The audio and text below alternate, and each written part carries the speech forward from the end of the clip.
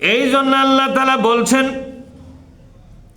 ওমা কুনতা তারজু আইয়ুলকা ইলাইকাল কিতাব, নবীজি কোনদিন তো আপনি আশা করেন নাই আপনার উপরে কিতাব আসবে, এই আশা তো আপনি কোনোদিন বলেন তো। নবী কি নবী হওয়ার আগ পর্যন্ত কি মনে করছিল নাকি আমার উপরে একটা কিতাব আসবে?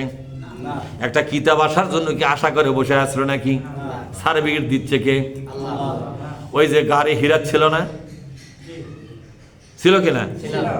মক্কার লোকেরা বলতো ওই হীরা গুহার মধ্যে আসমানে তাকে আসলে একটা কিতাব লিবে, নবী হবে, নবী হওয়ার জন্য আশা করে ওটি বসে আসলো। নাউজুবিল্লাহ কোন। আল্লাহ প্রতিবাদ করে বললেন আয়াতটা দিয়া, ওগো নবীজি তুমি কেন যে গাড়ি হীরা গুহার মধ্যে বসেছিলে আমি জানি, কিন্তু কিতাবের আশাই নয়, নবী হওয়ার আশায় নয়। তাই দেখছেন কি সুন্দর কথা। আল্লাহ নবীকে যখন যাই গাল পারছে, সাথে সাথে আল্লাহ প্রতিবাদ করে আয়াত নাজিল করে দিয়েছে। পক্ষ লেছে কে? জোরে বলেন, পক্ষ লেছে কে? এই দেখেন আয়াতটা দেখছেন, ওমা কুনতা বলেন, ওমা কুনতা তারজু, তুমি তো কোনোদিন আশা করো নাই গো নবী তুমি নবী হবে, তোমার ওপর আল্লাহ কিতাব নাজিল করবে, এই আশা তুমি কোনোদিন করো নাই। আমি তোমার অন্তরের খবর জানি, আমি আল্লাহই সাক্ষী দিলাম রে নবী, কোনোদিন তুমি আশা আমার কাছে করো নাই। আইয়ুলকা ইলাইকাল কিতাব, কোন আল্লাহু আকবার। ওগো নবীজি আপনার কাছে আকাশ থেকে কিতাব আসবে, সে আশা কোনোদিন তুমি করলে না। ইল্লা রাহমাতাম মির রাব্বিকা, তোমার যিনি রব, বলেন তো আমাদের নবীর রব কে? আল্লাহ। আমাদের রব কে?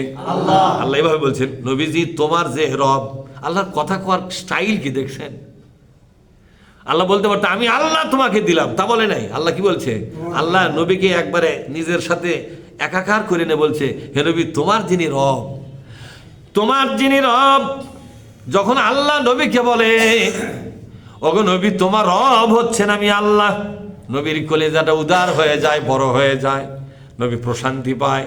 দুনিয়ার সবাই ভুলে গেল, আমার আল্লাহ আমাকে ভুলে যাবে না। ঠিক না বে ঠিক? আল্লাহ ভুলে যাবে না, দুনিয়ার সবাই আমাকে ছেড়ে যাবে, আমার আল্লাহ আমাকে ছাড়বে না। আল্লাহ যেখানেই কথা বলেছেন সেখানেই বলেছেন ওগো নবী আপনার রব আপনাকে একটা কথা বলবে, শুনুন, আপনার রব। রাষ্ট্রপতি যদি বলে ও রহিম তোমারই রাষ্ট্রপতি আমি বলতেছি, তখন ওই রহিমের কলজা কত বড় হবে? কতক্ষণ দেখায়?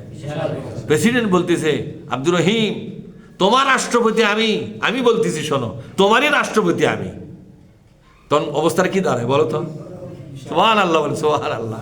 আমি এই আয়াতের গভীরতা বুঝি যে এই কথা বললে নবীর কলিজা কত বড় হতো, কত প্রশান্তি পেত। মানুষের কাছ থেকে তীরের মতো আসা বিষাক্ত গালিগালাজগুলো আল্লাহ নবী এই কথা শোনার পরে বেমালুম ভুলে যেতেন, সান্ত্বনায় কলিজা ভরে যেত। জানলা এখনো তুমি বলতেছো তুমি আমার আল্লাহ, তাহলে তুমি আমাকে ভুলে যাও নাই, আমার গোষ্ঠী আমাকে ভুলে গেল, আমার এলাকার লোক আমাকে ভুলে গেল, ছেড়ে চলে গেল, আমি একা হয়ে গেলাম। একা হয়ে যখন গেছি তখনও বলতেছো ওগো নবী আমি তোমার আল্লাহ, আমি তোমারই রব। আমি বলছি আমি দয়া করে ইল্লা রাহমাতাম মির রাব্বিকা, ওগো নবীজি আমি তোমারই রব, আমি আমার দয়া করে আমি তোমাকে নবী বানালাম, আমি দয়া করে আমি আমার কিতাবটা তোমার হাতে তুলে দিলাম। নবী হওয়ারও কোনো আশা তোমার অন্তরে ছিল না গো নবী, আমি সাক্ষী দিচ্ছি, আমি আল্লাহ আরো সাক্ষী দিলাম। আমার কাছ থেকে একটা কিতাব পাওয়া কোনো কল্পনা, কোনো আকাঙ্ক্ষা তোমার কলিজার মধ্যে ছিল না। সম্পূর্ণরূপে এগুলো দোষমুক্ত তুমি ছিলে, তুমি একজন সরল সাদা মনের মানুষ ছিলে, তুমি একজন সরল সাদা সিধা মনের মানুষ ছিলে। আমি তোমাকে দয়া করেছি, তোমাকে মায়া করেছি, তোমাকে পছন্দ করেছি। রহমতের যে কিতাবটা আমি আমার পক্ষ থেকে তোমার হাতে উঠাইয়া দিলাম, তোমার সম্মান জমিন থেকে মহাশূন্য পাড়ি দিয়া আর সে আজিম পর্যন্ত নিয়ে যাওয়ার জন্য। এই দুনিয়ায় কেন তুমি পড়ে থাকবে? পড়ে থাকা পৃথিবীতে তোমার সম্মান আর মর্যাদা আকাশ, 7 আকাশ ভেদ করে আর সে আজিমের সীমানা পর্যন্ত তোমাকে নিয়ে যাওয়ার জন্যই এ কোরআন আমি তোমাকে দিয়েছি। এবার আল্লাহ তাআলা বলছেন ফালা তাকুনান্না, বলেন ফালা তাকুনান্না যাহিরাল লিল কাফিরিন। আল্লাহু আকবার। এটা হলো শেষ অংশ। আল্লাহ পাক বলছেন সূরা কসাসের এই আয়াতের শেষ অংশে বললেন ফালা তাকুনান্না, অবশ্যই অবশ্যই তুমি হইও না। কে বলছেন? আল্লাহ। অবশ্যই অবশ্যই তুমি হইও না তাকুনান্না জহিরা, সাহায্যকারী, লিল কাফিরিন, কাফেরদের কোনো সাহায্যকারী তুমি হইও না। আজ এই দুনিয়াতে ইসলাম বিরোধী অনেক নেতা আছে না নাই? এই নেতাদেরকে বলা হতো তারা কাফের গোষ্ঠী। কি গোষ্ঠী? জোরে কোন? যেমন আবু জেহেল একটা নেতা, ঠিক না? অথবা একটা নেতা, সাহেবা একটা নেতা, আর মুসা নবীর সময় ফেরাউন ছিল একটা নেতা, ইব্রাহিম আলাইহিস সালামের সময় নমরুদ ছিল একটা নেতা। এভাবে যুগে যুগে নবীরা ছিল আল্লাহর নাজিল করা কিতাবের নেতা, ঠিক না? নবীরা ছিল আল্লাহর নাজিল করা কিতাবের নেতা। আর সেই সময়ে আল্লাহর কিতাবের নেতা নয়, কিন্তু অন্য রাজনীতির নেতা ছিল কি ছিল না?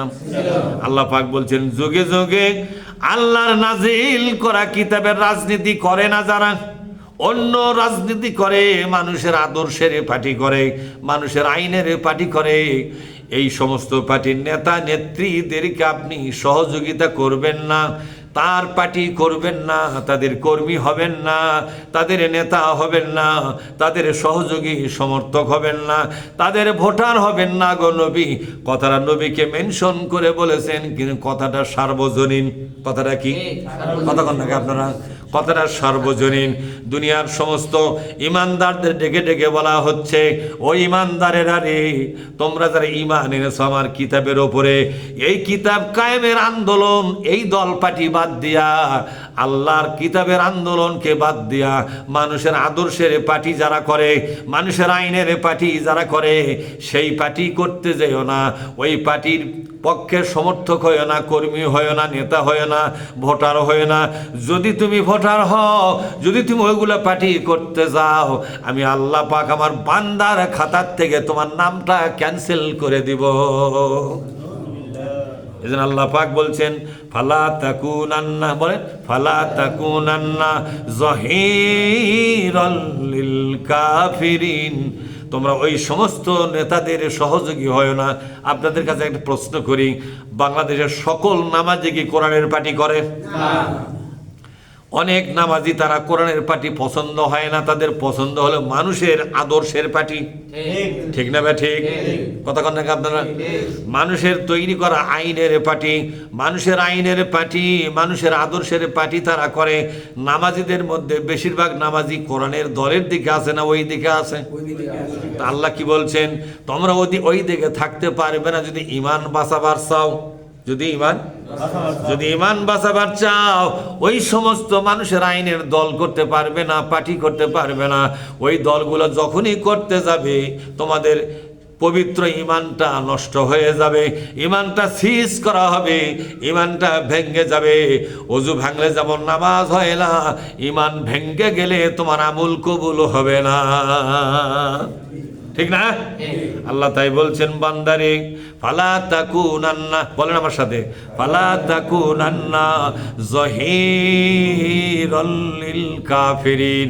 ওই সমস্ত ইসলাম বিরোধী নেতা, কোরআন বিরোধী নেতা, ইসলাম আন্দোলন বিরোধী নেতা, ইসলামী শরীয়ত বিরোধী নেতা, ইসলামী রাষ্ট্র ব্যবস্থা বিরোধী নেতা, ওই নেতাদের পেছনে কোনো পার্টি করতে যাবা না, ওদের সমর্থক হবা না, ওদের ভোটার হবা না, ওদের সাথে দল পার্টি করবে না।